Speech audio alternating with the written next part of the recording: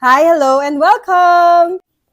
For today's video, gumawa naman tayo ng nachos salad.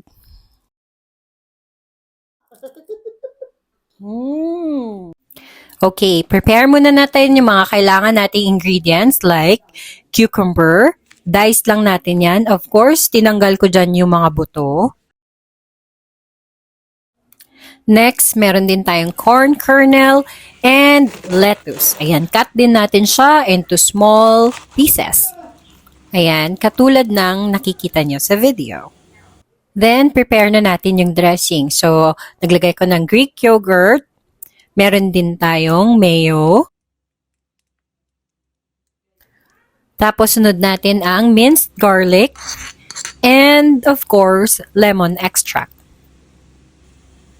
Mixed it all together and put pepper and salt to taste. Don't forget, nakalimutan ko pala maglagay dyan ng honey. Then, prepare a big mixing bowl. Lagay na natin lahat ng ingredients. So, I put in first the lettuce, then the cucumber, the corn kernel. I also added shredded carrots and some tomatoes. Taran! O, diba? Ang colorful niyan. Lastly, lagay na natin yung ginawa nating dressing and just mix, and mixed. O, diba? Ang dali lang. Okay, try na natin.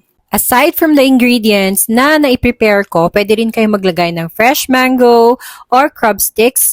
Bahala na kayo sa preferred ingredients nyo. And ayan, meron din tayong chips para sa nachos natin. So instead of fast food, why not try din natin minsan ng something healthy? Ayan, try nyo, sobrang sarap ng merienda na to. If you are still watching the video, please don't forget to hit like and follow. Thank you! Ayan, samahan pa natin ng mixed fruit drinks which I will share on my next vlog. Sobrang dali lang gawin and healthy pa. So don't forget to share it with me kung nagawa niyo rin po ang nacho salad na to.